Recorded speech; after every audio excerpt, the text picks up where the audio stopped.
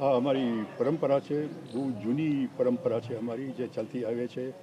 એ પરંપરા હું નિભાવું છું.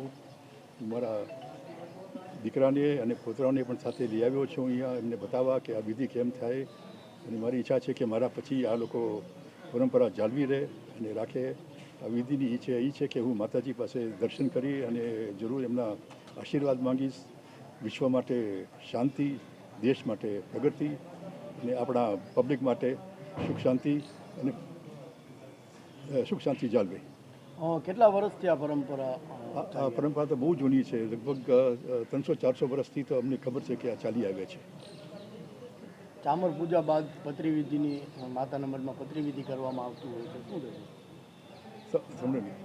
ચામર પૂજા બાદ માતાના મઢમાં પતરી વિધિ કરવામાં આવતી હોય છે, તે બાબતે શું કહેશો?